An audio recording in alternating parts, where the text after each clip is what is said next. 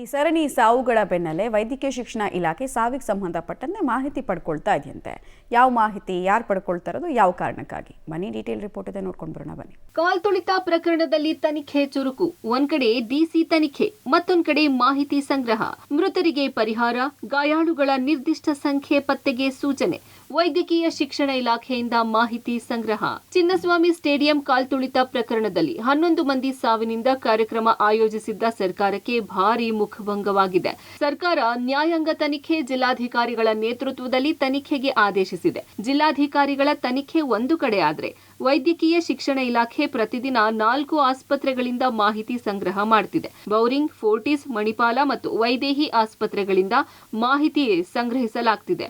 ಗಾಯಾಳುಗಳ ಮಾಹಿತಿ ಇದೀಗ ಸಂಗ್ರಹ ಮಾಡ್ತಾ ಇದೆ. ಬೌರಿಂಗ್ ಆಸ್ಪತ್ರೆ, ವಿಕ್ಟೋರಿಯಾ ಆಸ್ಪತ್ರೆಯಲ್ಲಿ ಮೃತರಾದ 11 ಜನರ ಮರಣೋತ್ತರ ಪರೀಕ್ಷೆ ನಡೆದಿದೆ.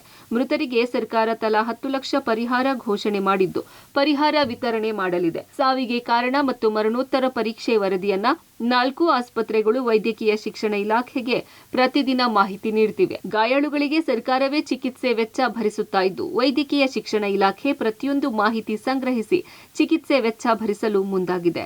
11 ಜನ ಮೃತರಾಗಿದ್ದಾರೆ, 65 ಮಂದಿ ಗಾಯಾಳುಗಳು ಇದ್ದಾರೆ. ಬರೀ ಸತ್ತವರಿಗೆ ಮಾತ್ರ ಸರ್ಕಾರ ಪರಿಹಾರ ಘೋಷಣೆ ಮಾಡಿದೆ. ಗಾಯಾಳುಗಳಿಗೆ ಪರಿಹಾರ ಘೋಷಿಸದೆ ಚಿಕಿತ್ಸೆ ವೆಚ್ಚ ನೀಡ್ತಾ ಇದೆ.